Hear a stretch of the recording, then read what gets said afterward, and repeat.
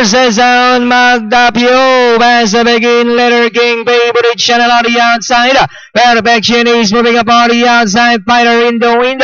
June 3 comes next. Smart Guru alongside moving up on the outside is Prima Donna. We have letter king, the leader by a length. Magdapio in second alongside third favorite Chanel. Fighter in the win in 4, June 3 in 5th, then comes Prima Donna in 6, 7, Perfection is running by Drella, is number 12, Her Highness 1,000 years, is Smart Guru comes next, Letter King, favorite Chanel on the outside, Magdapio is running by Drella, then racing in 4th now is June 3 running on the outside, Prima Donna.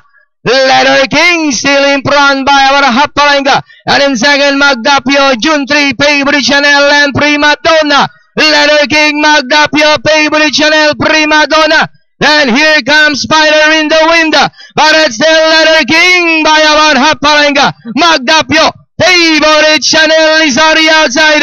Letter King, Magdapio, favorite Chanel is Smart Guru. We've got Letter King, Magdapio, favorite Chanel, Prima Donna on the outside. Magdapio, Letter King, favorite Chanel is on the outside. Magdapio, favorite Chanel is on the outside. Entering the finish line is going to be Magdapio. Favorite Chanel 7 is Smart Guru, Letter King.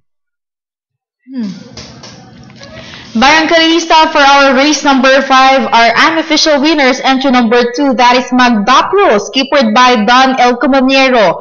Darating po dito Panigundo, numero 10 po natin, that is favorite Chanel, numero 7, Smart Guru, 9 horse Real Value, and 12A Prima Donna. So